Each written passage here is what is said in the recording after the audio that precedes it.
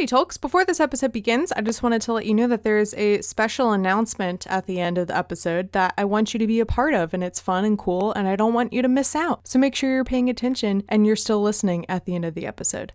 All right, on with the pod. From WBNE.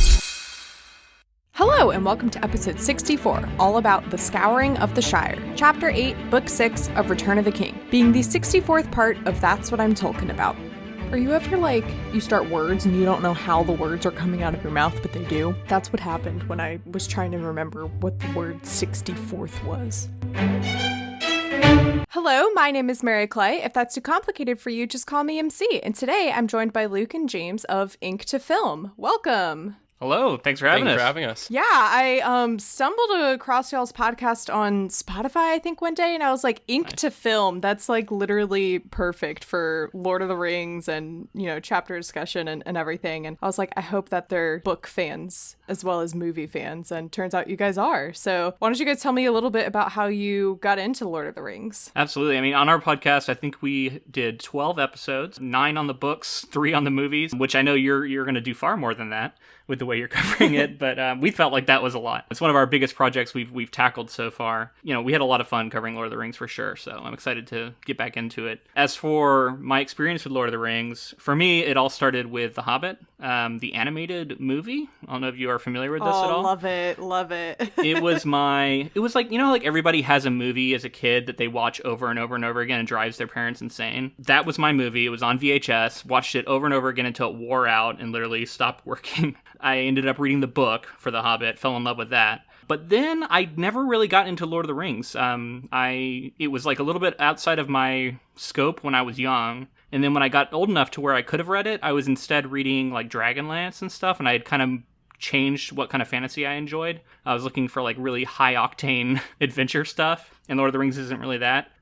So weirdly, I kind of didn't read the books until after like the films came out, and then we decided to tackle it for the podcast. I just want to say right off the bat, I'm pretty sure in our Lord of the Rings coverage somewhere we say we're sorry to people listening. We might not be able to hit on every detail because we're not going chapter by chapter, but we're sure that there's podcasts out there that do that. And so it's so funny that you reached out to us, and that's exactly what you're doing. I really like the format of the show, and it's really going to be interesting to hear your reaction to finishing it because you're very close. I know. Oh my gosh. Like, I think as soon as we finish recording, I'm going to read the next chapter, which is the last chapter. So as far as my experience, mostly because I was looking for other fantasy books like Harry Potter, massive Harry Potter fan growing up, I found The Hobbit and I read it sometime around the release of the first film of Fellowship. And then after Fellowship came out, I read Two Towers and Return of the King and then watched the movies as they came out. But the thing that I'm more familiar with of this material is definitely the movies. But, you know, I have read multiple times through all three.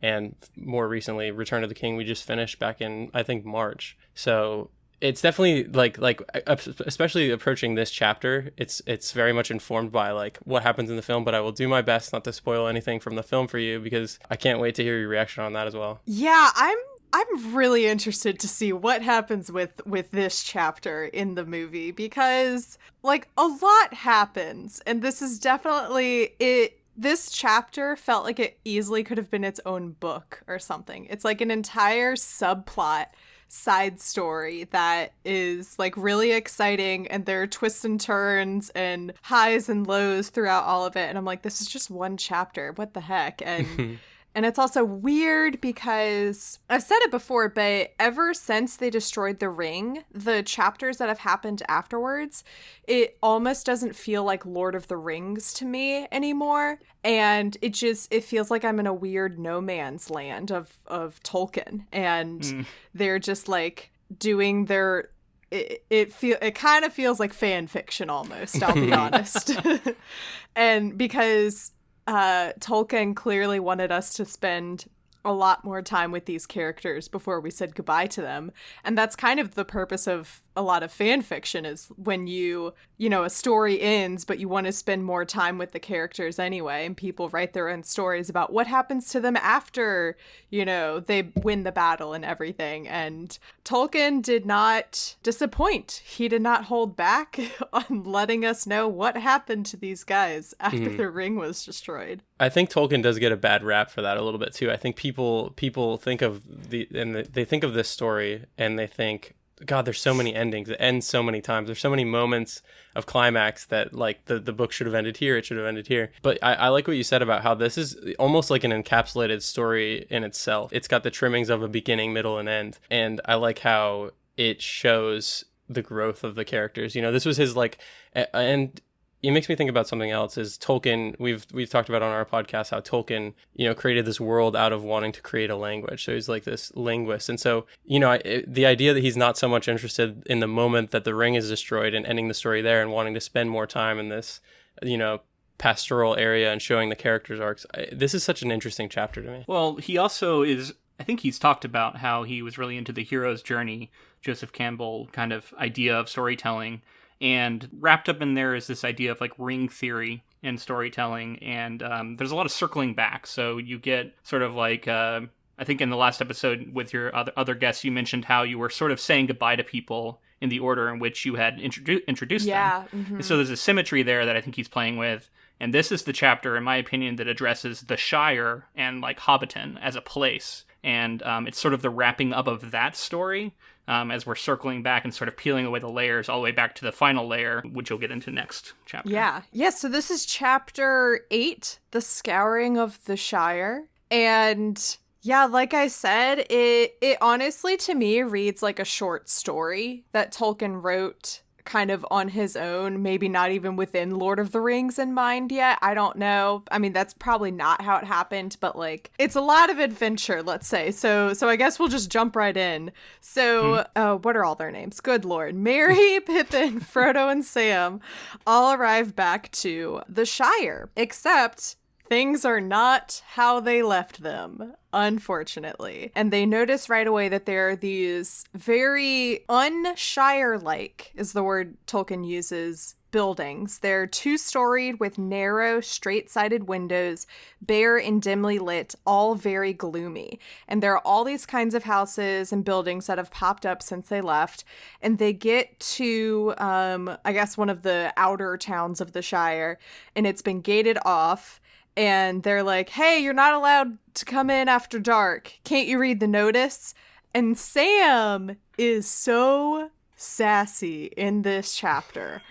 I love it. And it really must be, talking about like character change and character growth and stuff, it must be like really shocking for all of the hobbits that they, were friends with, friends and family with, that they left behind and are now returning to, that they come back and like Merry and Pippin it makes a comment that like Merry and Pippin are much bigger and stronger than typical hobbits. They've been drinking that Entwash yeah, Extreme. Yeah, and then Sam is being super confident and sassy, and Frodo's really confident, and it's just like weird probably for them to be like, you're not hobbits. Hobbits don't act like this. We mentioned on our coverage that it's kind of like if you play D&D and you're like level 20 now and you come back home to where you started.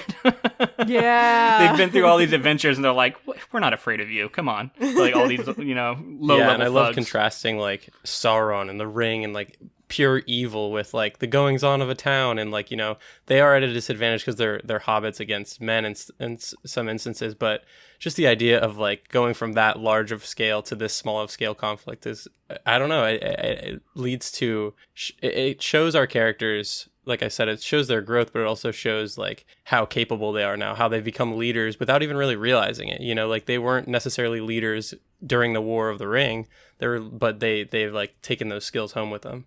Yeah. There's a really interesting confluence of the story structure and sort of thematic elements going on here too, because with the idea of the story structure of the hero's journey, it's all about the hero returning home changed.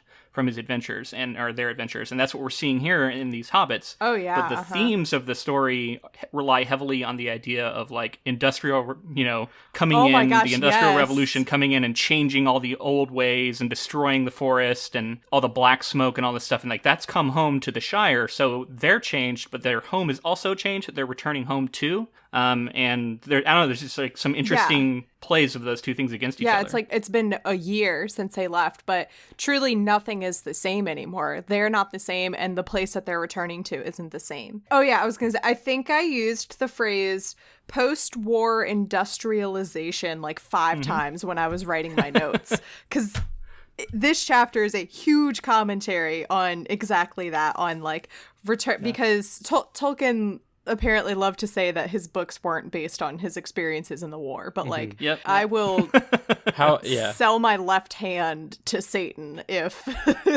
that's like not true at all. I just don't know. Yeah, it can't not be influenced by it. You see it in like the idea of England in post World War II. It's like the parallels are there, whether, I think he eventually did, because famously he dislikes allegory, but I think he did go on to sort of say an author, can't escape but being influenced by some goings on of the time. And this is clearly that. And it's, I really personally, I don't think it takes away from it. I think, if anything, it kind of has more meaning in that way. Oh, 100. Yeah, I totally agree. I think it adds a lot to it, that it wasn't just him like harumphing about industrialization and pollution or whatever. It was him like coming from an actual place of real life experience. So Sam, they're like, can't you read the notice? We're not allowed to let people in after sundown. And Sam says, it's dark outside, so I can't read anything. But if I do find it, I'm going to rip it down. There's like a lot of back and forth. And they're like, who's that? And it's like, I'm Mary. Who are you? I'm Hob. Who are you? They eventually learn that there is someone who they call the Chief up at Bag End, who is Mr. Lotho or Lotho? I have no idea. Okay, great. Perfect. As long as we're all on the same page, because we always mispronounce fictional characters' names wrong. Great. It's because ongoing. my worst, the last thing I want to happen is I spend like the entire chapter being like, oh yeah, Frodo and his friends, and then we get to the end and then the guest is like, oh, by the way, it's pronounced Frodo. And I'm like, why didn't you say something? Okay, but as long as we're all on the same page. Great, perfect. So Lotho or Lotho, Pimple, as they call him, and I spent a while on this chapter being like, is this someone, because Tolkien does this all the time, where he'll introduce you to a character, for example, as he did with this character, in the beginning of Fellowship, and then he'll expect you to remember it throughout the entire time. So I spent the whole time being like, do we know this person already? Is this someone new that we haven't encountered? Come to find out, it's Lobelia Saxville Baggins' son. I will say the entire time throughout this chapter, before I made that connection eventually, I was like, are we sure the Chief isn't a Saxville Baggins? Because this has them written all over it. Like, this really feels like they're kind of a vibe. So I was like, I knew it. It definitely did not seem right with me that it was not a Saxville Baggins. But he has apparently, like, taken over everything, and there are all of these rules, and eventually Merry and Pippin, they climb the gates and jump over, and then they find Bill Ferny is there as he like runs away, as Merry and Pippin kind of run him off. Bill the pony kicks him in the head. Honestly, amazing moment. Like the Bill the pony getting a last minute kick in the head is hero of the moment. story. Truly. They get inside, and so they start talking about all these rules and regulations and things that have come up, and come to find out that there is basically no food. The food and everything that they've been growing or, storing for themselves has been taken from them, essentially. Also, there's no pipe weed.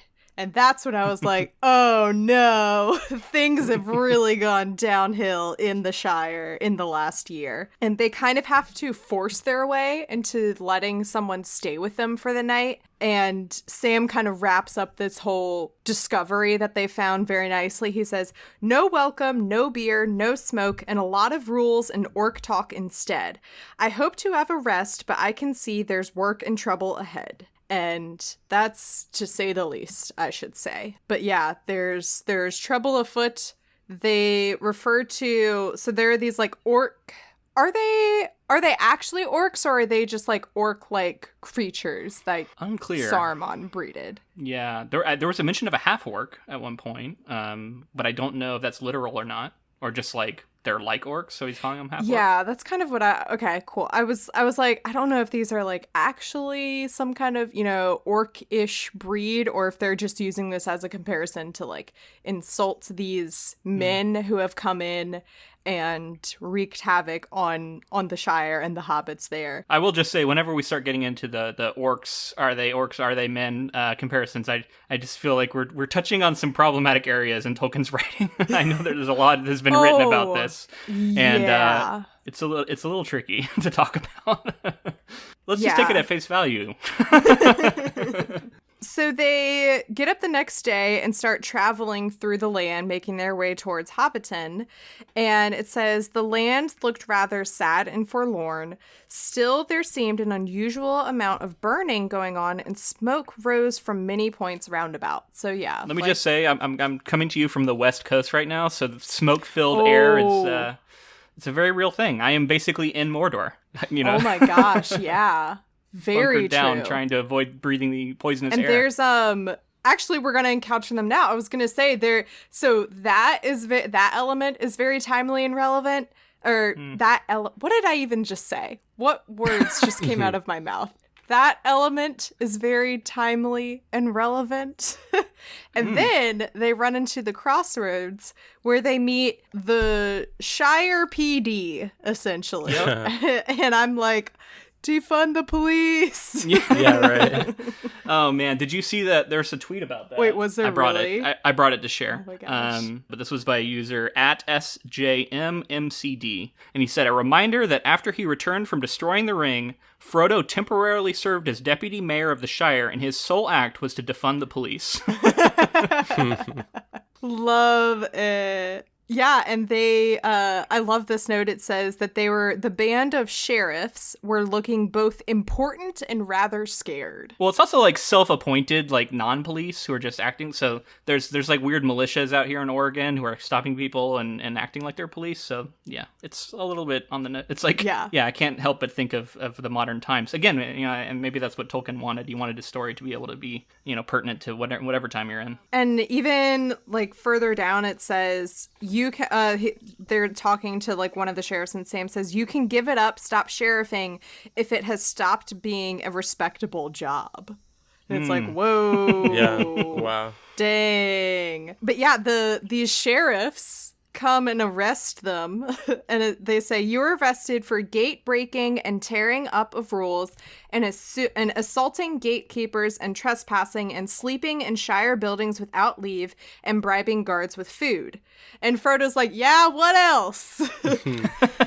And Sam says, I can add more if you'd like it. Calling your chief names, wishing to punch his pimply face, and thinking you sheriffs look a lot of tomfools. I love, once again, sassy Sam is great. I think I dipped into one of your earlier episodes where you were less kind to Sam. Oh, I was wondering if your opinion has changed on him. I was going to say, not really. This is probably the most kind I've been to Sam so far.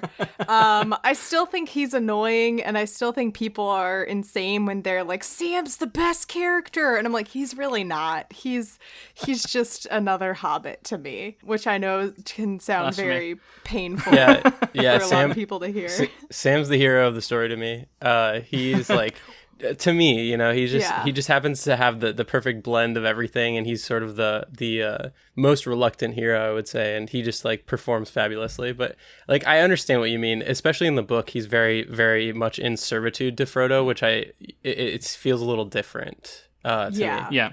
Definitely. The relationship changes much more to one of friendship in the movie, which I think improves it a lot. Okay, cool. It still is friendship in the book, but it's like built on friendship in a way that it's not quite in the book, I think. The other thing, though, that I do like want to make clear that everyone knows that like we are all on the same page that yes, had Sam not been there, Frodo would have died and Sauron would have taken over and nothing would have been accomplished. Like Sam did everything, let's be honest. Yeah. I mean, it took a team. It took both. You can't have just Sam Teamwork. either, I think. You needed both. Yeah, and I think we actually mentioned that in our episode, just like the idea of the friendship between these two characters and like what they were able to overcome that neither one of them could have done alone, and just like bearing the burden of the ring and everything. Yeah, it makes for a very cool relationship in my opinion. I like it a lot, and I give him props for the way that he lets Frodo like have all the credit, and he gives it to him. He's like, yeah, it was all Frodo. He like really underplays like what he did, which it's I don't know, it's kind of endearing. Yeah. The sheriffs are all like, we're gonna arrest you, and they all start laughing. And Frodo says, "Don't be absurd. I am going where I please and in my own time." And they're basically like, "Okay, look, we're heading to Hobbiton. If you guys want to come with us, I guess we'll let you, quote unquote, arrest us." Mm-hmm. I particularly like the moment where Frodo, they say like, "Just remember, we arrested you, Frodo," and he's like, "Oh, I will, and I hope to one day forgive you for it," or something like that.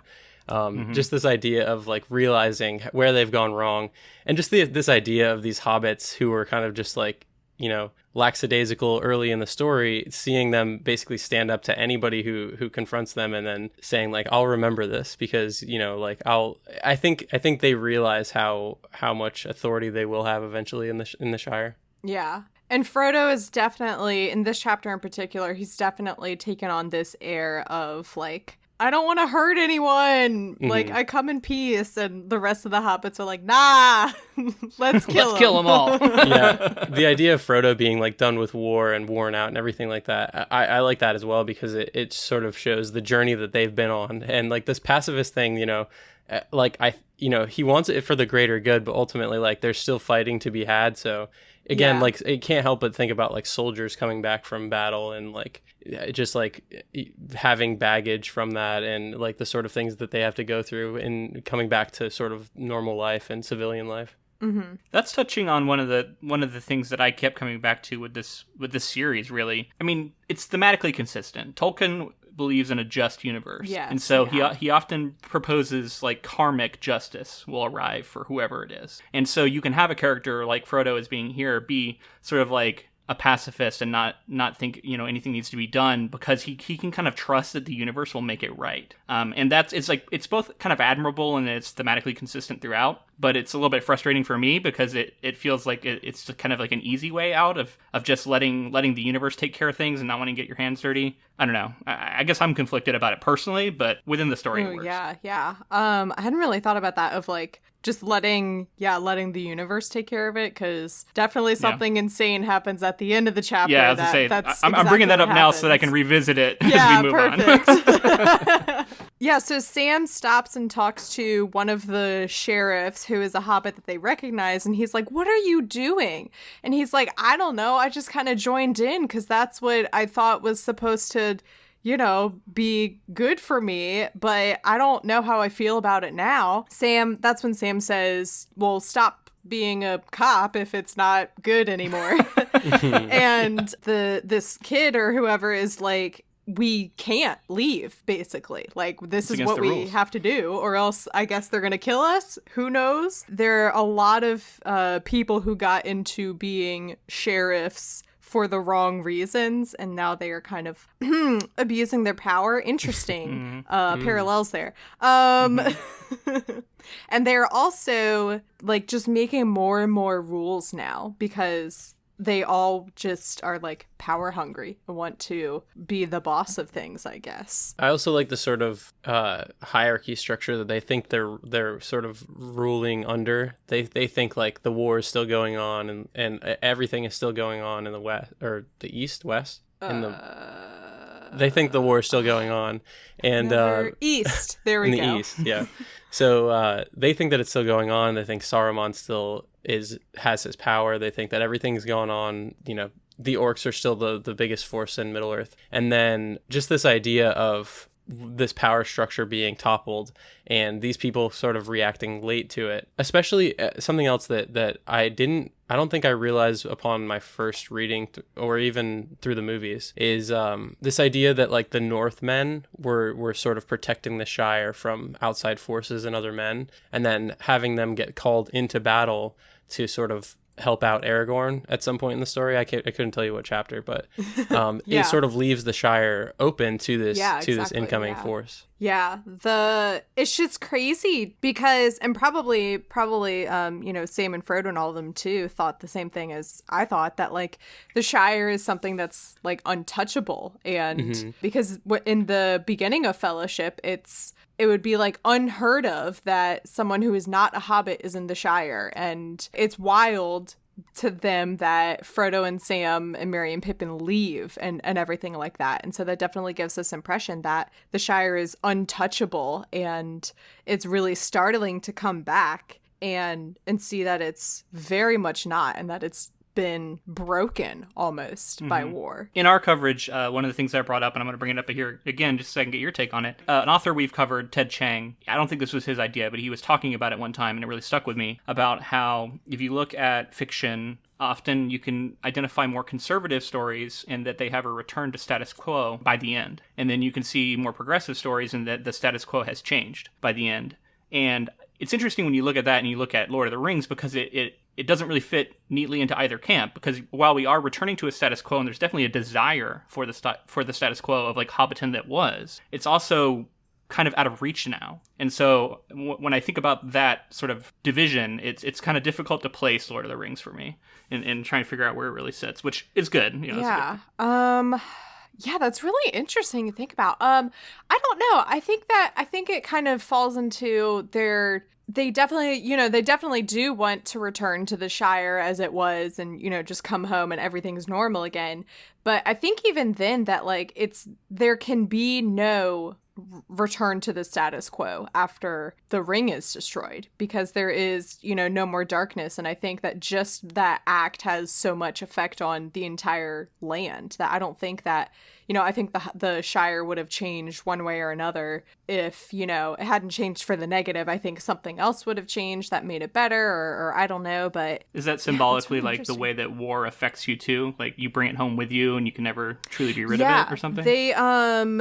There's actually I highlighted it somewhere like towards the end where they talk about, they were talking about like, oh, it's crazy that we brought this darkness and evil back to the Shire with us, but just speaking like metaphorically of bringing the war back with you, even though you've left it and even though it's over, the war is still going to come with you no matter what, because of the, effects that it's had on you and your life. But anyway, so they're walking towards Hobbiton, making their way downtown, walking fast. They get more of a glimpse of what has been going on. It says, there they had their first really painful shock. This was Frodo and Sam's own country, and they found out now that they cared about it more than any other place in the world. Many of the houses that they had known were missing. Their little gardens that used to run down bright to the water's edge were rank with weeds. There was a whole line of the new ugly houses. An avenue of trees had stood there. They were all gone. Up the road towards Bag End, they saw a tall chimney of brick in the distance. It was pouring out black smoke into the evening air. And I believe this was my first use of the phrase commentary on post-war industrialization of like Tolkien coming back from war and being like, whoa, a lot has changed. There's been a tremendous advance in technology and I'm not sure I like it. So there's the I really hope this isn't a movie spoiler. I'm pretty sure it's in the book, but there's the Mirror of Galadriel way back when that sort of shows like the Shire in ruins, right? Yeah, which I had totally forgotten about. It like very offhandedly mentions at one point Sam being like, and Sam saw what he had seen in the mirror. And I was like, oh yeah, that's right. I totally forgot what he had seen. So that sort of foreshadowing is really interesting too, because it's, and like nearing the end with the destruction of the ring, there's the really powerful conversation that I know we mentioned in our coverage on our podcast, but it's sort of the conversation between Frodo and Sam, and they're talking about going back to the Shire and what it means to them and all of that. And it's interesting with that conversation and how much we already know it means to them. It takes them actually seeing the destruction, and even though it's been foreshadowed, seeing the destruction is when they finally realize like just how much it means to them and how they would do anything to get back to that status quo. But it's just not going to be the case here because everything's been destroyed forever. And just the destruction that's described, the idea of like the party tree and like these amazing trees and gardens and all these things being felled, and the idea that like something that grew for such a long time is gone, and like how long it would take to bring that back. It's pretty heartbreaking. Yeah, for sure. Yeah, so they arrive in Hobbiton. They come across some thugs, some orc-ish resembling people, they note. They say that these men were squint-eyed and sallow-faced. Sam says, like that friend of Bill Ferny's at Bree. And then Mary says, like many that I saw at Isengard. And I was like, oh, burn! They're calling you ugly! They're like, all right, let's do this. So these hobbits walk up to these grown, orcish-looking men, and they're like, get out of here! And Frodo sets him straight. He says, the Dark Tower has fallen, and there is a king in Gondor, and Isengard has been destroyed, and your precious master is a beggar in the wilderness. And essentially, they're like, now get out of here, you bullies. Pippin is basically immediately ready to kill them, and Sam and Mary are like, yeah, and Frodo's the one who's like, no, we're not gonna fight unless we have to. And they end up riding them kind of out of town, essentially, and scare them away for the time being. And this is when Frodo starts really showing this air of only wanting to show mercy and no violence and stuff. Have you guys seen Avatar: The Last Airbender? Oh yeah, big fan. Okay. I have not. He's a big fan. He very much reminded me of Aang during the finale when he's like, I can't kill someone with my bending, despite the fact that he's definitely killed people Yeah, before. how could he not have up to that point, right? He's taken out like dozens of airships. He's at least dropped somebody off a building, like blown somebody off a building or something at some point, crushed them with a rock. And he's like, I've never... It's like Batman, and they don't die unless you like literally see them die. Yeah, exactly. And he very much wants to show mercy and no killing unless we are put in danger. And they're talking about Lotho, the chief, and going up to talk to him. And Frodo is like, I feel bad for him because he's probably scared, and they're like, and we need to get up there and save him if possible. Pippin says, save Lotho? What do you mean? Destroy him, I should say. And Frodo says that probably he's just a pawn in this game and that he is not the one actually in charge. Which come to find out later on, yes, that's very true. Is this where we hear about Sharky for the first time? Yeah, the guys that they scared off before were talking about this guy named Sharky. Yeah, how's that for a nickname? Yeah, I wanted to ask you, what did you think of that? Like, just initial reaction? I was literally just picturing a guy with a shark head, I'll be honest. Like the dancing shark from Katy Perry's halftime show? Yeah, that or like Victor Crumb in the Goblet of Fire movie when he transforms his head, and that's it. Yeah. Just a guy walking around with a shark head on. Yeah, they're talking about this guy named Sharky, and Frodo says he is probably the real guy in charge, and that Lotho is a prisoner in Bag End now, I expect, and very frightened. We ought to try and rescue him. Pippin's like, seriously? We've come all this way just to rescue this guy? No way. Frodo says, he's like, yeah, I mean, let's definitely try and take back the Shire, but I don't want any of us to kill. He says, no hobbit has ever killed another on purpose in the Shire, and it is not to begin now, and nobody is to be killed at all if it can be helped. So this was when I first started getting those like Aang in the finale vibes where he's like, I'm not going to kill the Fire Lord, and there's bound to be a way for me to kill him. And then he's talking to all of his past lives, and they're all like, no, you have to kill him, you idiot. Like, if you want this to end, you have to kill him. And I've only had to use violence for necessary defense. And I've certainly never used it to take a life. Avatar Aang, I know that you're a gentle spirit, and the monks have taught you well. But this isn't about you. Did you think Frodo was going to take his bending for a second? I was thinking of that, and I was like, there's no, random Deus Ex Machina to come in and save the day and come up with a way for them to Tom Bombadil does could exist in this story. He could come in and yeah. I was trying to think of maybe they could do something to take away Saruman's voice because spoiler alert, oops. Whatever. I'm the only one that knows nothing. The vast majority of your listeners probably at least read this chapter, I would assume. I know. At least I hope they've read it. I hope they're not like reading it as they're listening to this chapter. Listen to a little bit, then it's stop, not a very go good read. side-by-side thing. But yeah, I was thinking, I was like, is there some way they could take away his voice? And that's what's going to happen. But I was just getting so annoyed with Frodo. And I was like, you have to kill some people sometimes, okay? Merry and Pippin and even Sam sometimes are all on this side of like, we sometimes will have to kill people, Frodo. And that might happen. I'm fine with the idea of like pacifism being a philosophy that like a character is going to stick to, but like, show me the complications that arise from that. Don't find a way to have it both ways, which is what he does here. Yeah, like Frodo gets to be a exactly. pacifist, yet he also gets to have his enemy killed. I just don't personally like that. It's not satisfying to me. Yeah, exactly. And this is when Merry goes like full on. This is when Lord of the Rings becomes Les Miserables for a bit. And I'm like, oh my God, we're going to start a revolution. They get this idea. They're like, well, there's bound to be more of us than there are of them. We just have to get everybody riled up and angry and, lead everyone to fight these guys. Mary says, raise the Shire now, wake all our people. And they go running around everywhere screaming. They say, awake, awake, fear fire foes, awake, fire foes, awake. They, run into Farmer Cotton, who I don't remember if we met in Fellowship of the Ring, but there were like a lot of people being introduced. Or he was referenced at least. I don't know if they met him face to face. He's like, oh, thank God, where have you been? I've been trying to do this the whole, last couple months, but nothing's happened. He says, I've been itching for trouble all this year, but folks wouldn't help. So he's raring to go, but not before we meet. Who could this be? A possible compulsory heterosexual love interest for Sam? It's Rosie.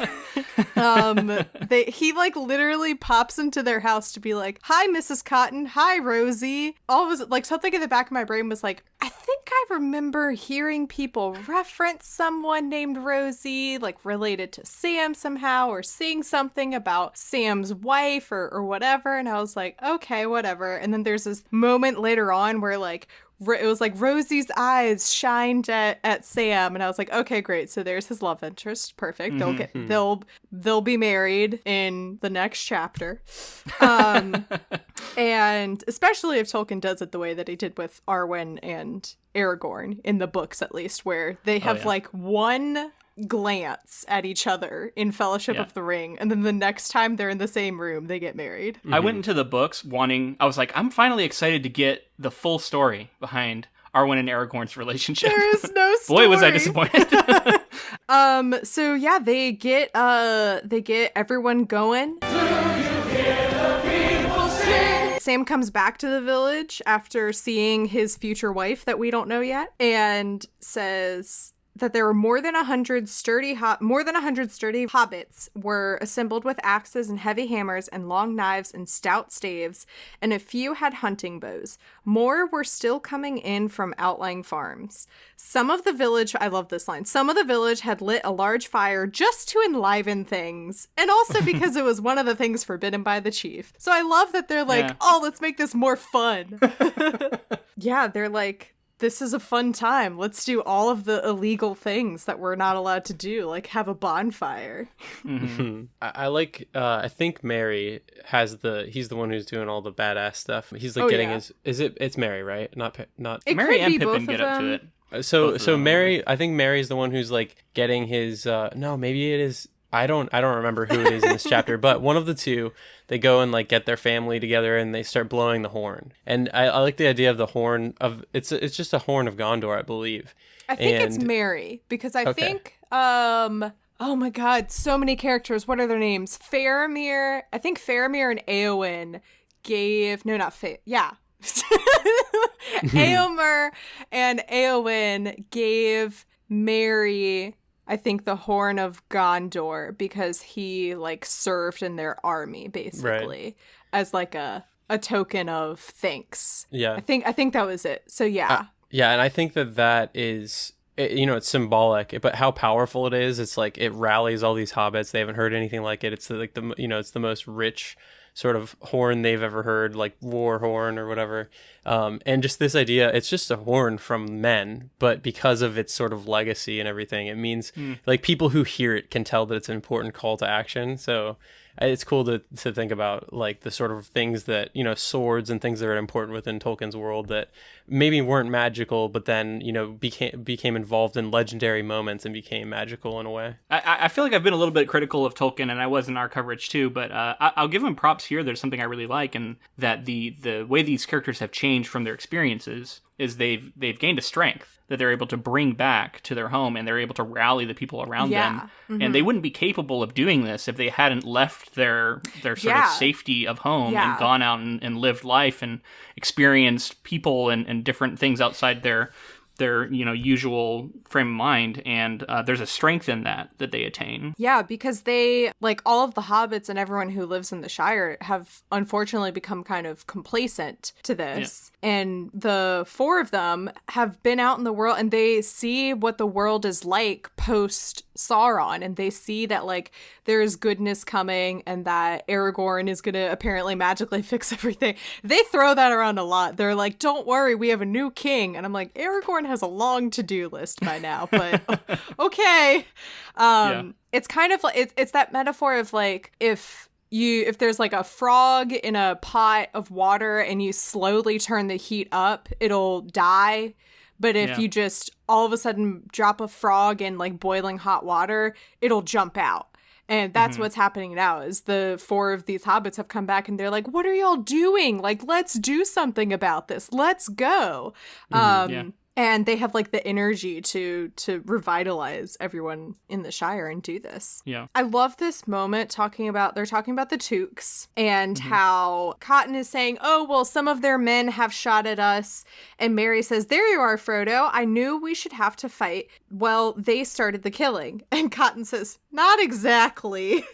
Took started that. You see, your dad, Mr. Peregrine, he's never had no truck with this Lotho, not from the beginning, so that if anyone was going to play chief at this time of day, it would be the right thane of the Shire and no upstart. And so basically, come to find out, the Tooks just went shooting around and they shot first. And this was when, have you guys seen the meme of, it's like a book that's really thick and it's, the first book is like Lord of the Rings, and then the second one is really skinny and small and it's Lord of the Rings if Pippin had a gun. And I stand by this statement that like granted they're talking about like bows and arrows shooting, not like guns, but like this just affirms that belief. I want to say one of my favorite Lord of the Rings memes, if we're bringing that up. And this is to go back to my Sam love. There's a picture of the whole Fellowship, and it's like the Fellowship at 100%, yeah. and then it's everybody. It's just Sam standing there, and it's like the Fellowship at 99%. 99%, yeah. Yeah, and so some of these orcs men, whatever, come back with more of them. And they come like sauntering in and they're like, yeah, we own this place. And then they realize, it says, they were surrounded. In the dark on the edge of the firelight stood a ring of hobbits that had crept out of the shadows. There was nearly 200 of them, all holding some weapon. And that's like really creepy and like very evocative of like a horror movie scene where like it's dark, there's just a bonfire lighting everything, and then you're like you're by the fire, and then all of a sudden you look around and it's almost like a cult and there's just all these hobbits standing there. Well, it's basically an ambush, right? Because Farmer Cotton is sort of like the bait, and then they surround him and they're like talking trash to him, and then he's like, oh really? And then all the hobbits come out. yeah he's like, you and what army? And then he's like, this army. All that it takes to win this little battle is there's one guy who kind of tries to like run away and tries to hit Merry, who is in the way. And it says, he fell dead with 4 arrows in him. That was enough for the others. They gave in. And they drop their weapons and either, they get tied up and let off. And I was like, I wow, think he tries to attack Mary, right? Yeah, he goes to hit him, and Mary like blocks him from leaving. And that's when these hobbits are very protective, because that's all it takes for people to shoot him and he dies. And that's what makes they like win this little battle, non-battle, whatever you want to call it.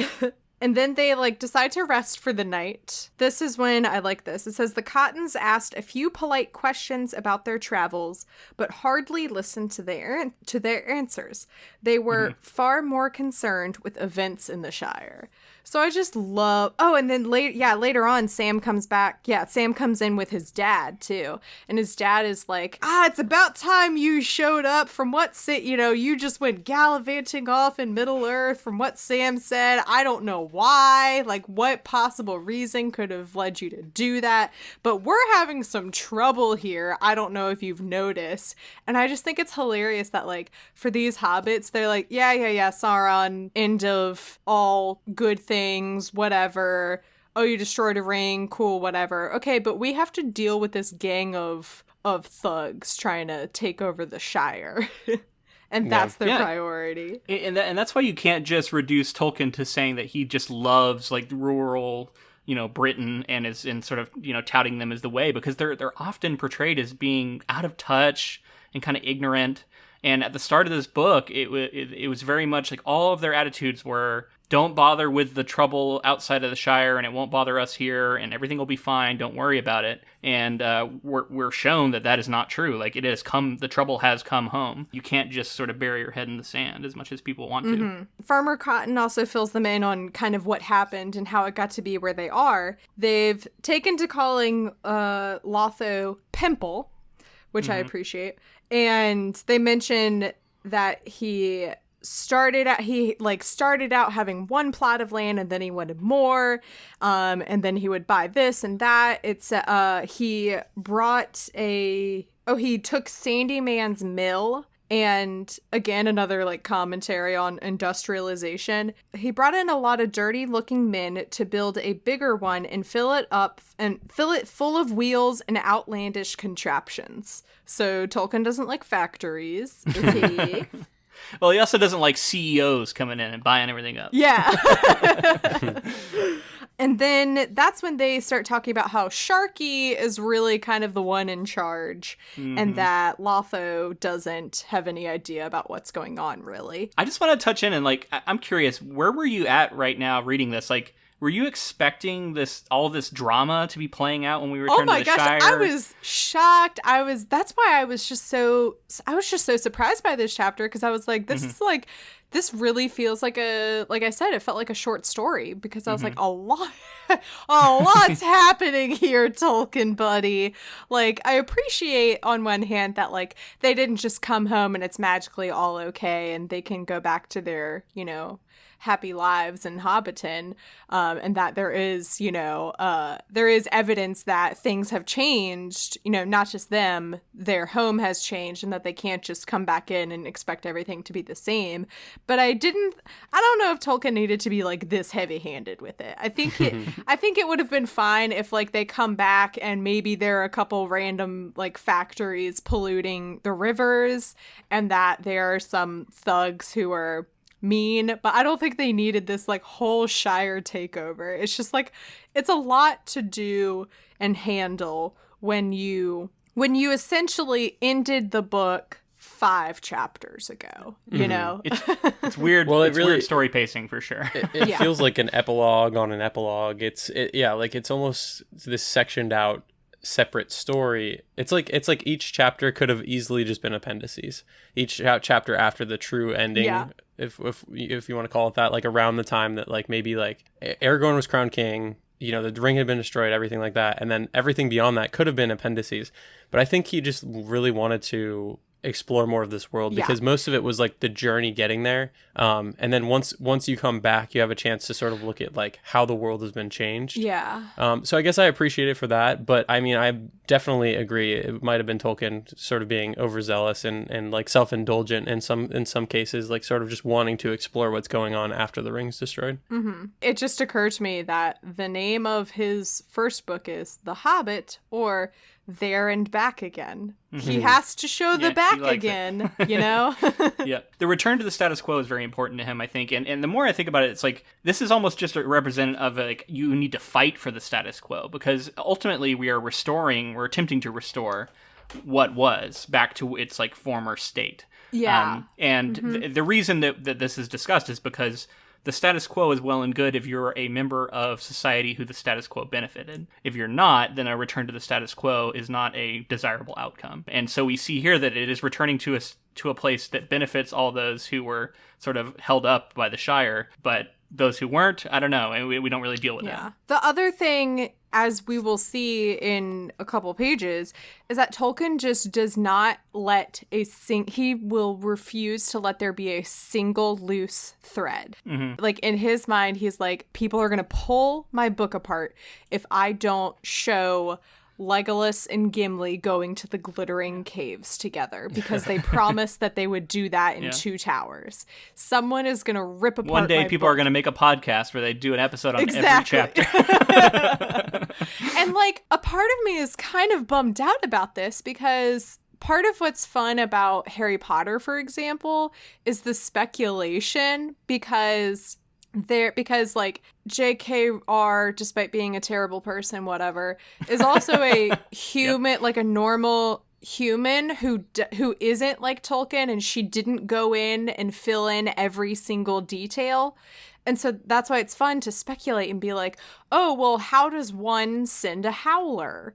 Is it like you open an envelope and just scream into it and then, tap it with your wand? Like, those kinds of things are fun, but you can't really do that too much with Lord of the Rings, because Tolkien somewhere would have answered any questions you have. So there is also a big debate about this with writers, and it's similar to the hard sci-fi versus soft sci-fi debate. And it's usually classified as hard fantasy versus soft fantasy. And, Harry Potter is more of a soft fantasy. And it's right. A lot of things aren't defined. A lot of things don't make logical sense. And you can look, there's a video essay on YouTube about this. I cannot remember the channel name, but it's really good. I think it's called like hard fantasy versus soft fantasy in Studio Ghibli, I want to say, and it talks about like Spirited Away and Lord of the Rings and some others, and definitely Lord of the Rings is that hard fantasy. Tolkien set out to provide answers to everything for the most part, even though his magic system is a little more loose. It's still like, the idea of like every loose thread is going to be tied back in.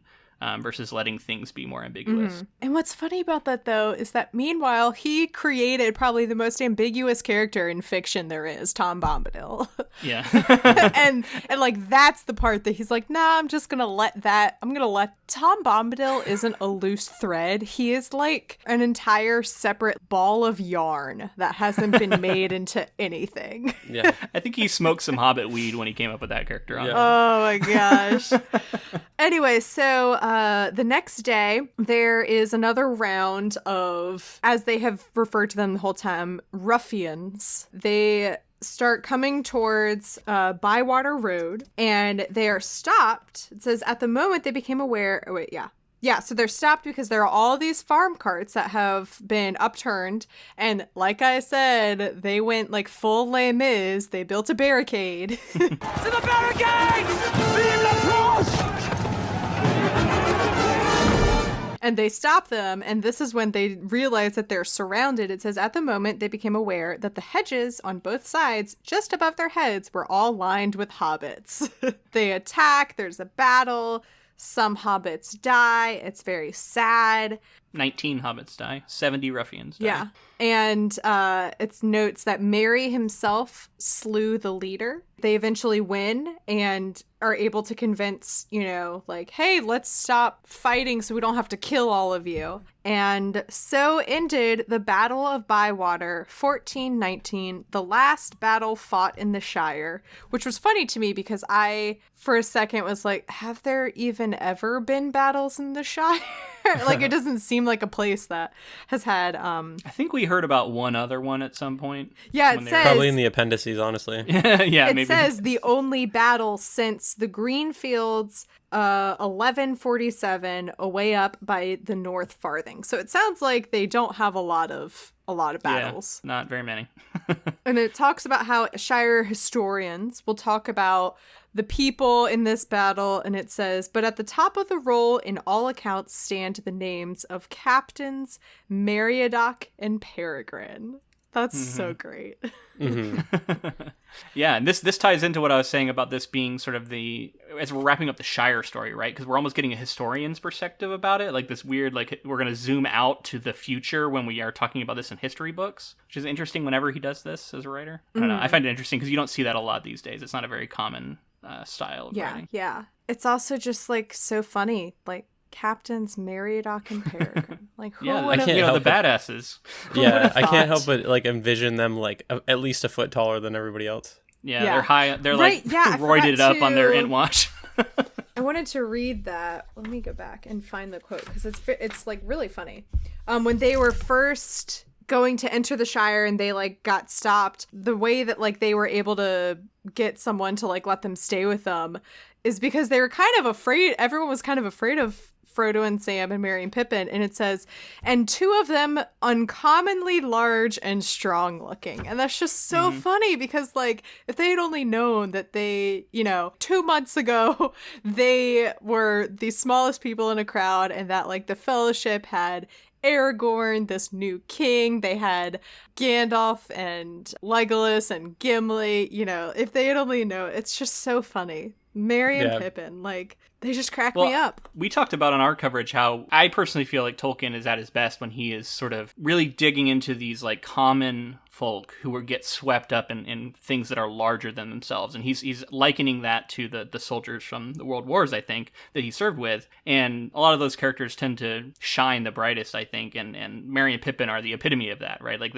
they were just random guys, and they got swept up in this, and then they've been transformed by their experiences. Man, yeah, they were just there at like the right times, basically. Yeah, and that's a cool message. It's like anybody can become like a hero of legend, essentially. Mm-hmm. And they're also like not they almost hindered the Fellowship at times too. You know? Oh, 100%. Are you kidding me? So, full of a took. Throw yourself in, do that again. What does it say? So, I will throw you in next time. Yeah. Gandalf Throw yells yourself it. in next time, I think he says. Yeah. and then not to mention like the Palantir and like there's many times. Oh yeah. Again, that was Pippin. Maybe it was just mostly Pippin, let's be honest. Yeah. So they work their way back towards Bag End, and they find a great brick building straddling the stream, which it fouled with a steaming and stinking outflow. All along the Bywater Road, every tree had been felled. And then Sam says they've cut down the party tree. He pointed to where the tree had stood under which Bilbo had made his farewell speech. It was lying lopped and dead in the field. And it's like, now you've really done it. Our favorite tree. What would Treebeard say? Yeah. Whatever it was, he would take a long time to say it. Yeah. Yep, that's very true. Yep, exactly. You can definitely see Tolkien. I know like the counterculture sort of picked up on this story and wanted to make it their own. And I don't think that he like loved that idea. I think I've heard at least. I don't know a ton about that. He wasn't. But, a huge fan of it, but I mean, he's at least interested in the same things as they were. Like this idea of like a tree being important. You know what I mean? Something like that has it. Not only does it hold the value of what it does, for breathing and things like that, but like the value of like what it means to be older than people that are alive, and what it's worth to the world, and just having it cut down for no reason. Yeah. Well, and I mean, the wanton destruction of trees and the environment is, a key factor of Sharky's personality. Speaking of which, so they go into Bag End and they're like, where's Lotho? Where did he go? Oh, wait, that's right. Yeah. So they walk in and Sam says, this is worse than Mordor, much worse in a way. It comes home to you, as they say, because it is home and you remember it before it was all ruined. And they're speaking here about like Mordor and, Bag End and the Shire being remembered differently than how it is appearing now. But like, this is very much, representative of what it's like to come home from war with like traumatic experiences and PTSD of it comes home to you, as they say, because it is home and you remember it before it was all ruined and you want to go back to how your life was like before, but you've been changed and your, life has been adjusted in a way that you can't go back. I mean, his home has been desecrated, right? It's been destroyed and it's filthy now. And to bring it all the way to Bag End, it's not just the Shire, it's not just Hobbiton, it is his very house. Yeah, it definitely feels very personal. Right. Yeah. Did you expect that coming to this chapter? I think so. I feel like I probably expected once they were talking about because Frodo had left Bag End to the Saxville Bag Ends, and then once I eventually figured out that Lotho was a Saxville Bag Ends. Oh, we completely glossed over. We got to go back. When they're talking with the Cottons about like how everything came to be, they say, why, they even took Pimple's old ma, that Lobelia, and he was fond of her, if no one else. And at one point, these ruffians start coming up to Bag End to put up some sheds for Sharky. Lobelia yells at them. She says, I'll give you, Sharky, you dirty thieving ruffians, says she, and ups with her umbrella and goes for the leader near twice her size. So they took her, dragged her off to the lockholes at her age too. They've took others we miss more, but there's no denying she showed more spirit than most. And this is a very surprising moment, but at the same time, I'm very upset that she wasn't trying to attack them with the spoons that Bilbo left her. Yeah, it's interesting. It's like a lot of these like most sort of grumpy, like ill-tempered folk of the Shire that we met early on, like a lot of them end up being the ones who fight back the most. Mm-hmm. Yeah, that was just like a really fun moment to hear about Lobelia, even being like, wow, I guess that, it's just a sign of like, that's how far gone the Shire is from how it once was, that even the like cranky old people are like, get out of here. This is our, like, we may hate it here and we're allowed to talk crap about life here, but it's not okay when you do it. You get out of here. It's like they were already the most resistant to change too. So they were already like, true, telling kids to get off their lawn and stuff like that. And then this happens. So of course they're going to basically take up arms and be the only ones to do it. Yeah, that's a great point. So jumping back to where we were, they're in Bag End and talking. They're like, where's Lotho? What's happened? Blah, blah, blah. Mary says, let's get out. If I had known all the mischief he had caused, I should have stuffed my pouch down Saruman's throat. Weird thing to say, but okay. Oh my god! I didn't even think about it like that. Oh boy, that's funny. Okay. Anyway, and then like out of the shadows, a voice emerges. No doubt. But you did not, and so I am able to welcome you home. There, standing at the door, was Saruman himself, looking well-fed and well-pleased. His eyes gleamed with malice and amusement. I, screamed. I was like, oh my god! It was a true plot twist for me, because I truly thought that when I think it was 2 chapters ago, it was like Gandalf and the hobbits, I think, and maybe like a couple other people were with them still. And they come across Saruman and Wormtongue, and they're like haggard and about to die basically, and like homeless and crawling off on their own and refusing to accept help. I just truly I was like, oh, okay, well, that's the last of Saruman. Okay, he's just going to crawl off and wither away and die somewhere. Because I thought the whole point, because in the last couple episodes with a lot of my guests, I've talked about how Tolkien really seems to, he like doubles down on this theme of mercy and showing mercy and like taking pity on someone. And when someone shows mercy on someone else, they're usually rewarded in some way. Cosmically, yeah. Yeah, and then, so I thought that, like, oh, by having Saruman turn down this sign of mercy, that he would be punished for that. And he would just, go somewhere and wither away and die. Turns out he showed up in the Shire and nursed himself back to health. And I was just like, that's just wild. Like, just, again, Tolkien not letting there be a single loose thread. He's like, if you didn't watch this character die in front of your eyes, they are still alive. You can best believe it. Yeah, so Saruman's here, and he's sassy too. It says, a sudden light broke on Frodo. Sharky, he cried. Saruman laughed. So you have heard the name, have you? Saruman's here. He's behind everything. It says, there's a little asterisk. It says, because he says that, oh yeah, they started calling me that in Isengard, probably a sign of affection. And then there's a little note at the bottom of my book. It says, it was probably Orcish in origin. Sharku, old man. Also, I like how the note says it was probably Orcish. Like, Tolkien didn't write this. Like, he didn't, this is, write it to Bilbo say. probably wrote this. Yeah. The fact that Saruman, through the entire series, his power has always been words. The fact that, like, this sort of conflict comes down to a battle of words, because like you, the first time I can remember reading this, I was surprised by it, and you just can't, that the hobbits can't contend with power from someone like Saruman, and then to see him in like this diminished form, and then they're gonna have to face him, and ultimately they're able to sort of battle him, outsmarting him and using their words, and sort of realizing that his words can't have an effect on you if you like don't let them, kind of. It just goes to show, like, they're contending with like a ancient sorcerer at this point. Yeah. I was genuinely worried, honestly. I was like, oh no, I don't know how I feel about this.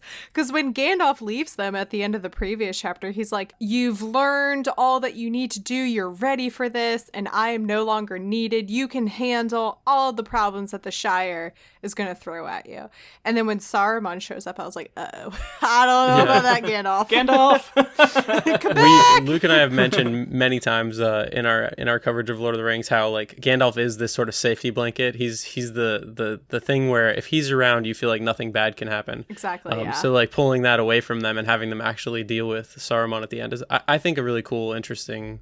Yeah. Sort of last battle. Yeah, and I pointed out in our episodes, I feel like Saruman is the most present antagonist throughout the series. He's the one that we hear from and we encounter and is more of a character. Mm-hmm. Whereas, Sauron's just more of a force, like, we just never hear about see... him. He's a tower. We don't ever see him, right? Yeah, so exactly. It's interesting that this is like the final confrontation with the antagonist here at the end, and he sneaks it into like this denouement where you think we're all done. It's kind of like this, like, surprise ending. It was literally like, surprise! It's me! Surprise, bitch. I bet you thought you'd seen the last of me. I bet you thought you'd seen the last of me. And this is when Frodo really, like, doubles down on his Avatar Aang, I'm not going to kill anyone with my bending thing. Yeah. He tells Saruman to leave and go. And which I was amazed, first of all, that Saruman was like, okay. Bye. And he like starts walking out. And as he's walking out, everyone is screaming, don't let him go, kill him. He's a villain and a murderer, kill him. And Frodo is like, no, do not kill him. We will let him go in peace. And again.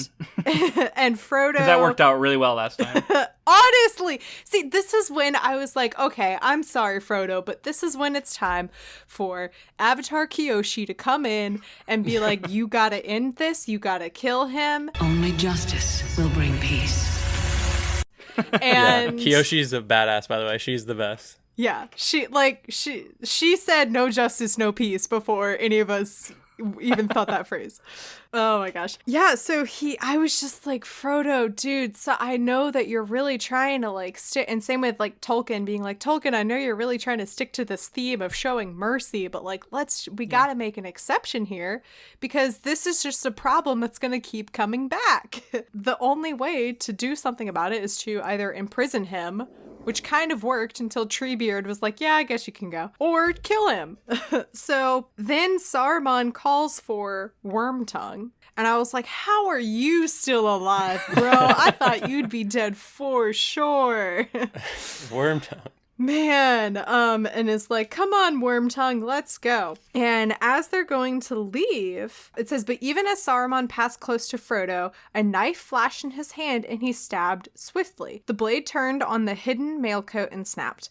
And everyone is like, oh, he f***ed up. We're gonna murder this bitch. And again, Frodo, God, annoying, says, do not kill him even now, for he has not hurt me. And in any case, I do not wish him to be slain in this evil mood. He was great once, of a noble kind that we should not dare to raise our hands against. He has fallen, and his cure is beyond us. But I would still spare him in the hope that he may find it. This is very Christ-like stuff to me. Like this is Frodo being very like I don't know, full on Christian, turn the other cheek, you know. Yeah. And then it'll all be made right by the universe, I guess. And also like this idea that like Saruman hasn't, you know, he's fallen far and he's corrupted, and sure, we have zero idea how to fix it, but that doesn't mean that he still can't, you know, figure that on himself, and that he doesn't deserve to turn his life around or whatever. Let's make sure he has that chance to make those decisions for himself. And Saruman's like, you, because now you showed me mercy and now I have to not kill you. How dare you? Because we all know villains are totally shamed by these sorts of things. Yeah, exactly. Yeah. He's like, how dare you? Oh, you got me.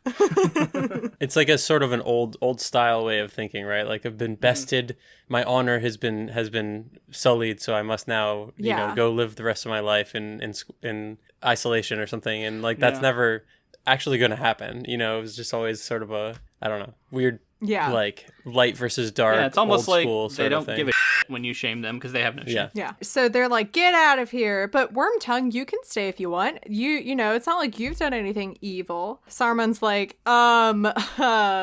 you think. Guess what? He murdered Lotho in his sleep. And he says, buried him, I hope. The worm has been very hungry lately. And I'm like, oh my God, did he eat him?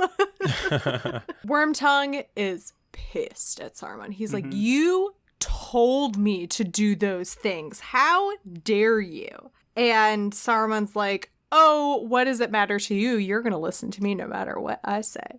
And then the most amazing thing happens. A lot happens at once, and I was like, oh my God. But at that, something snapped. Suddenly, Wormtongue rose up, drawing a hidden knife, and then with a snarl like a dog, he sprang on Saruman's back, jerked his head back, cut his throat, and with a yell, ran off down the lane. Before Frodo could recover or speak a word, 3 hobbit bows twanged, and Wormtongue fell dead. And I was like, yeah, we did it! Yeah, there's that karmic justice. Exactly. I mean, he's his own undoing, right? His own evil led to, you know, this happening. You know, he can't help himself. He has to turn on even those who supported him. And then he gets his own comeuppance throughout the course of this story, you know, due to his own evilness. So it's thematically consistent. I find it a little bit frustrating personally, but people like it, I guess. I don't know. What do you guys think? I mean, I don't hate it. Yeah, I kind of like, for the story it fits. You know, I definitely feel like that's the case here. The Wormtongue dying is sort of just a reaction to him killing Saruman, but it's interesting because Frodo's like, don't kill Saruman, and then Saruman is killed, and then they kill the other guy anyway. They kill Wormtongue anyway. Where Frodo was kind of extending an olive branch to him at one point in the chapter. He was saying, like, stay with us. You don't need to go with Saruman. Well, there's also a weird thing where it's like there's 3 arrows kill him, and earlier I think there's one of the ruffians get killed by multiple arrows, and it feels like he's saying, like, because there was more than one arrow, nobody is really at fault. It was kind of just mob justice. Don't worry about who actually fired them. It's okay. They didn't really. No one of them even murdered him. It was just kind of he just kind of died. It just happened. It just happened. Yeah. I definitely totally understand what you were saying earlier about like how the universe will just take care of things if you just let it be. And I totally see how that comes into here, play here. And it can be really frustrating to just be like, oh yeah, it all works out. It all balances out. That being said, though, I was just so glad that like, oh my God, thank you. We killed him and we don't have to go through some like long chapter about like, and then Saruman like crawled off somewhere and died in a ditch where no one knew who he was, and he got buried with a bunch of commoners in a mass grave. The end, or something, Well, like, I mean, you haven't finished the last chapter yet. I would like to see Frodo have to I would have liked to see Frodo have to make the decision, but he would have lost his like Christ-like aura, I guess. But if Frodo decided like, actually, we're gonna kill this guy. That would have been troubling. That's what I thought was gonna happen when darn that dwarf mail coat that Bilbo gave to him that protected him. Thrilled. But like that's what I thought was gonna happen is that he was gonna when Saruman goes to stab him. Is that Frodo was going to get stabbed and he was just going to, that's when he was going to be like, okay, you attacked me first. I will now kill you. And like, that was going to be his thing is he would have been justified. Going to kill him. Yeah, 100%. But the whole karmic thing for Frodo is like, he's done. He's so done with the violence, with the conflict, with all of this stuff that he can't even kill this person who's like clearly attacked him. Mm-hmm. And yet I feel like he's earned it in a way. You know what I mean? Like he had been through so much as a character that had sort of like humble beginnings to go on and do all those things. So like I'm willing to forgive sort of what seemingly is a neatly tied bow here at the end where Frodo doesn't have to be the person to like get his hands dirty. But I do agree that it is kind of more interesting if he does, if he did do it, and we're left with, but again, that brings up sort of ambiguity within the character where I think he's trying to shut the book on that. Yeah, this is consistent with the story he's trying to tell because Tolkien believes in a universe where good will prevail and a just universe, and in a just universe, like karma will come back and get your enemy, and that's a comforting idea, and I think that's one he's trying to like put out there with his books. And I think that's why a lot of people find these to be super comforting reads because you can feel like no matter how much darkness is out there, like the light will prevail because that's just the way the universe works. It also it comes full, how we were talking about in the beginning of the episode, all of this coming full circle. There's lots of circles here. It's a story about a ring. This comes full circle with the story that Gandalf was telling Frodo in the start of Fellowship about how the ring came to be and how Gollum came to get the ring and everything. And he talks about how Bilbo had the chance to kill Gollum, but instead he let Gollum go. And Frodo is horrified that Bilbo just let him go and that he didn't kill him. And Gandalf is like, no, you don't understand. That was, showing mercy to Gollum and not killing him was the strongest, bravest thing that Bilbo could have done, and it makes him like a better person for it, and that's the greatest thing that you can show another person. Now it's come full circle of Frodo having every reason to kill someone and is still saying, no, we are not going to kill him, but he died anyway. Woo, yay.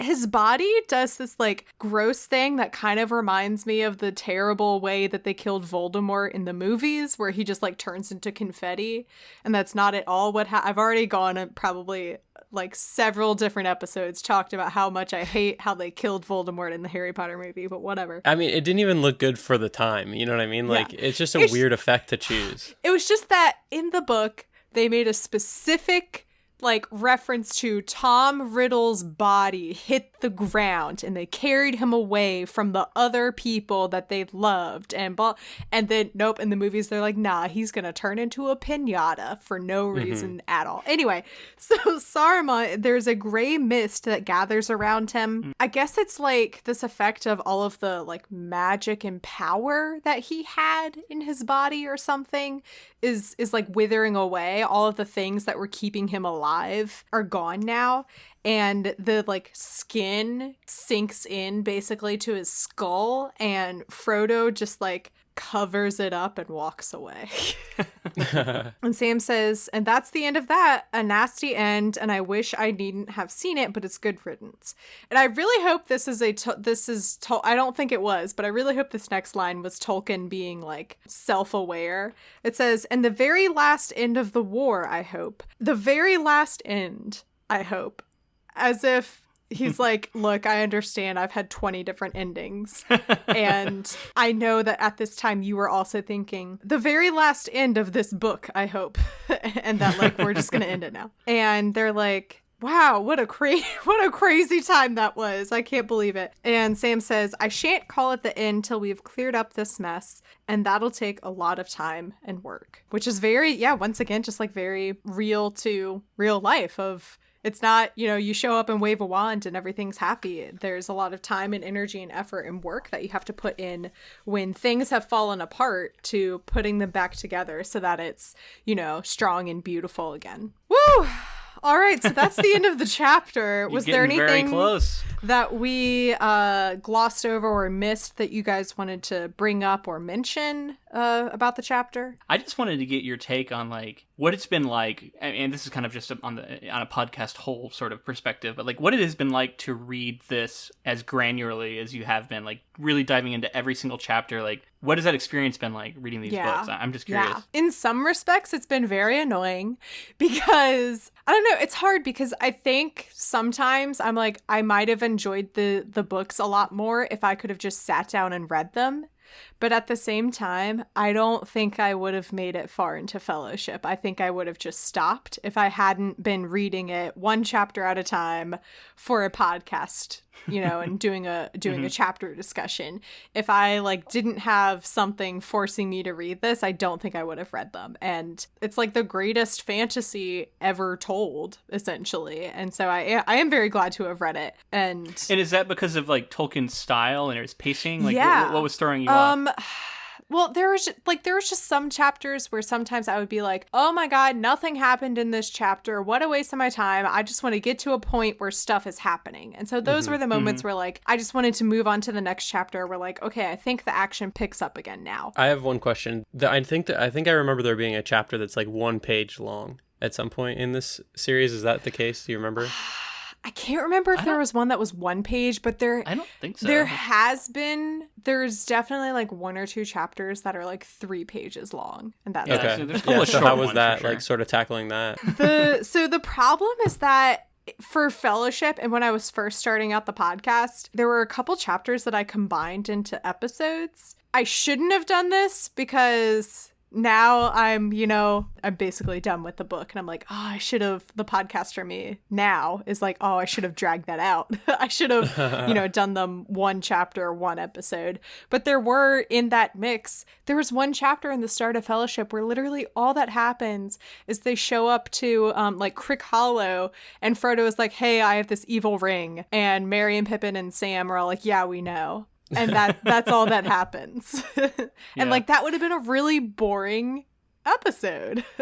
So I'm glad that like I combined it with some other chapters to make it more interesting, but it's hard, especially because like I didn't know what was coming. So the like biggest mistake I made was I combined the chapter where Gandalf dies in Moria and then the chapter that follows it. And that was a huge mistake. Had I known that Gandalf was going to die in that chapter, I would have just done that chapter. But like, yeah, it was fairly short. So I was like, I'm just going to combine it with the next one. No worries. But so you made the decision before you read it. Yeah. And like, that's what's so hard is I have to like with the scheduling, I have to have my guests lined up and be like, hey, we're going to read this chapter. The struggle is real.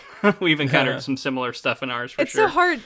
And there really was no good way to do it because I did also like I had some, guests and friends who have come on and I've texted them and been like, I'm about to do this chapter. Can you say without giving away much, like, is this a chapter that I should just do by itself? Should I combine it with something else? Should I have someone on who really loves Sam as like a, counterpoint or whatever? And it's hard because, so for example, the chapter where Eowyn kills the Witch King, the guest who came on for that, Valerie, who's very lovely and I love her, she was like, hey, just a heads up. I hadn't even been planning for that chapter yet. She was like, you might want to have a female guest on for this chapter. And I immediately knew that something big happened with Éowyn just by that small comment, which is also a huge commentary on like how little Tolkien does with his female characters. Yeah. that one thing gave it away. So anyway, sorry, that was like a totally long answer to your question. But it's okay. I mean, I was curious about it, and I wanted to know, did your opinion of like Tolkien's writing and his style and his pacing, like, did that change over time, or did you feel pretty consistently about it? Or have you warmed to it, I guess? I'm definitely like used, like as I read it, I got used to it, and I could kind of like expect what, where he was going with things and how he was going to do it. I could kind of expect like, okay, when he mentions this kind of a thing, I can expect this to happen later on. For example, in the chapter Many Partings, when they go to Isengard and Treebeard is like, oh yeah, I let Saruman go, but I'm sure it'll be fine. I immediately was like, no, we're gonna find Saruman again. And then sure enough, you flip the page and there he is crawling on a road somewhere. So like I was able to like pick up on his writing style and be able to tell like when he was gonna do something. I definitely like still like almost basically at the end of the book am super annoyed with how he paced the book, because his pacing is all over the place. He spends so much time doing nothing in Fellowship of the Ring, and then Two Towers so fast paced for the first half, and then the second half when it's just Frodo and Sam and Gollum in Mordor, it's like terrible. And then Return of the King is great, action packed, and then you have especially the chapter Many Partings was so fast paced, because all of a sudden it's like, okay, we're saying bye to 20 characters, and yet we still have 100 pages left before we end the book. Like, it's all over the place. But like, that being said, I just kind of had to accept that he's all over the place. But it definitely did give me a lot of appreciation for his writing style, and there are a lot of points where it's like, wow, hey Tolkien, you're a good writer. Those were some good words you put down on the page.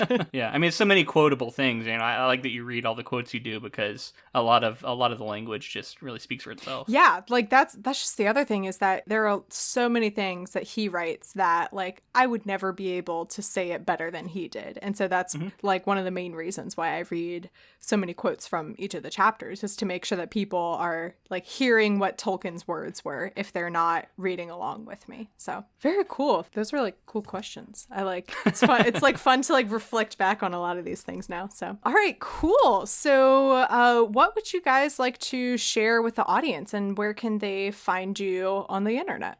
So we are on all major podcast apps, Ink to Film, and that is Ink to Film. We also have a website, inktofilm.com, and you can follow us on Twitter, Instagram, and Facebook at Ink to Film on all three.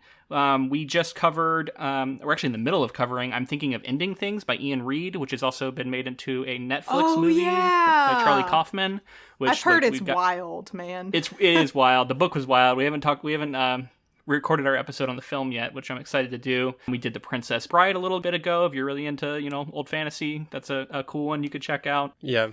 We like to talk about the story, but also break down like the form and the intentions of the author in both mediums, and like what it means to adapt something and change it and make it your own, while also like staying true to the spirit of the original material. And it can get pretty intense, but it's a lot of fun. Like I really enjoy doing it. As far as recommendations, I've been reading through Saga recently, which is a comic that I've neglected to read for like 5, 6, 7 years now, that everybody's been raving about. Right. Yeah. I've heard of this too. Yeah. It's really good so far, and I'm not that far at all. And I have been watching The Boys because it just came out on Amazon. I'm like halfway through season 2 right now, and it's different. It's different than season 1. I'm enjoying it. I don't know if I recommend it yet, but it's fun to watch on Amazon. Cool. Yeah. And Luke, do you have anything to recommend that you're enjoying? It's funny. I just watched all of the Mission Impossible movies with my wife. I hadn't seen the most recent 2, I think, and she hadn't seen any of them, and so we decided to go back and start from the beginning. I don't know if I'd recommend those movies either.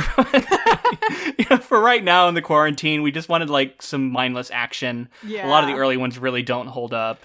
But you get to some of the later ones, and they're pretty fun. You get to see some cool stunts, and so they're good, like quarantine, like the world is stressing me out right now, and I just need to release kind of movies. Yeah. So yeah, we had fun with Yeah, those. we all need a little more of those lately. That's What I'm Talking About is a proud member of WB&E. You can learn more about the network by going to WBNE.org, where you will find all of our shows, such as Bacon and Eggs. Howdy, yokes. I'm Tyler Carlin. And I'm Ethan Edgehill. And we host Bacon and Eggs, a movie lovers podcast. It's the most roll your eyes, I've seen it before concept for a show. But with new hosts, I promise. Each week, we sit down together and watch a beloved movie. We start by looking at some critical and concrete points and let our conversation flow from there. We've covered all sorts of movies, from Jaws to Little Women. From the Lego Movie to the Lego Movie 2. From Marvel to Star Wars. From Back to the Future to Back to the Future Part 2. And tangents from our frustrations with fast food to discussing our fear of the mighty loon. So if you want a podcast that makes you laugh, download Bacon and Eggs, a movie lovers podcast. With new episodes available every Thursday, wherever you get your podcasts, and now on WBNE.org. Ghostbusters 2! My hope and dream was that you would say that. The cover art is by Graphite, aka Vaishon Brandon. You can support him on Instagram at graphite.vnb. You can find the podcast on Twitter and Instagram at TolkienAboutPod. You can find me on Twitter at MCWhatsup and Instagram at MCTurndownForWhat. And you can support the podcast by becoming a patron. You can go to patreon.com/TolkienAboutPod to peruse all the different tiers and perks, whatever your financial situation is.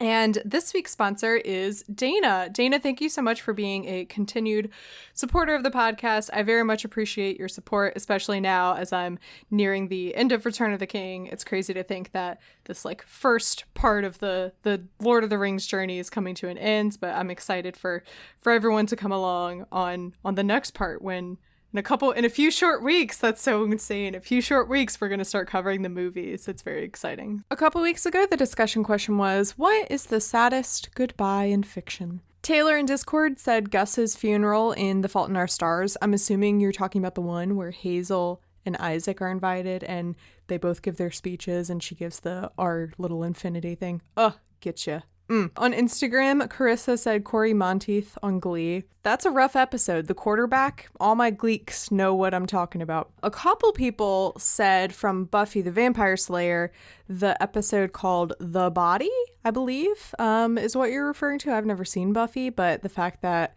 several people said this, obviously it's a traumatic episode for you. And then many people said Rose and the Doctor. So I'm very sorry for all this pain that I've caused you all to have to relive. This week's discussion question is, what is your favorite, like, the little guy takes a stand and stands up and fights back kind of a moment in fiction? Much like with the hobbits deciding, like, enough is enough and they're going to take back the Shire. And now for that special announcement that I mentioned at the beginning of the episode.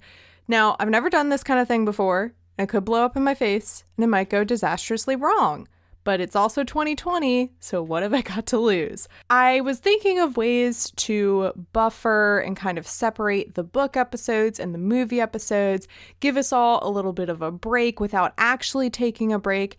And I reached out to my former guests and asked them to record their reactions to recording with a total Lord of the Rings noob. And I told them to tell me all of the stupid things I said and all of the things they wished they could have told me and the times that they almost spoiled me. And it's really exciting to get to hear their reactions, but I also want to hear your reactions. I want to hear you tell me about all the times you were screaming at me in your car for hating on Sam, or the time when you were like, oh my God, I can't believe she just predicted Return of the King by comparing it to Holes. I want to hear your reactions to this podcast. So here's how you can be a part of this episode too. Record your thoughts and feelings on listening to me experience Lord of the Rings for the first time. Recording should be between 1 and 2 minutes, roughly, give or take a couple seconds. And please in the format of an MP3 or a WAV file. That makes things much easier for me. And once you are done with your recording, send it to tolkienaboutpod@gmail.com. That should be easy to remember because it's the same as the Twitter handle and the Instagram handle, which I know you are for sure definitely following. If your file for some reason is too big and it's having trouble sending as an email, you can also add it to Google Drive and share the file with tolkienaboutpod@gmail.com. And lastly, this is important. If you want your recording to be included, you need to share it with me by October 1st. that date should be easy to remember because it's the official start of spook season. But I mean, honestly, like, that's not to say that it hasn't been spook season all of 2020. So, So yeah, those are the logistics. I'm excited to hear your reactions because aside from like seeing your tweets or your comments on our Facebook group or something, I don't really know exactly what you guys have been thinking this whole time because you've been holding back in case you spoil something. So I'm really excited to hear from you. All right, cool. All that being said, do you guys have any parting words for the audience? Thank you for listening, and thank you, Mary Clay, for having us on. We really appreciate that you reached out to us. It was a lot of fun to revisit Tolkien for me because it was kind of bittersweet when we finished this project. It was one of our longest, and it's always nice to go back to Middle Earth. Mm-hmm. Yeah. I guess my parting words are thank you as well, but also I'm really looking forward to your reaction to the films because I really want to know how you feel about all of the things that you spent all of these weeks and weeks and weeks like reading up on, and I'm excited to see how you think it was adapted. Oh man, you and me both. At the end of our coverage of it, we even come down on, I won't tell you what we decided, but we force ourselves to pick whether we thought the books or the movie were better, something we've been doing this year for all adaptations. So maybe ask yourself that question when you finish it up, like what's the better version of the story? It's a tough one to answer. Yeah, I'm sure. And that's what I'm talking about.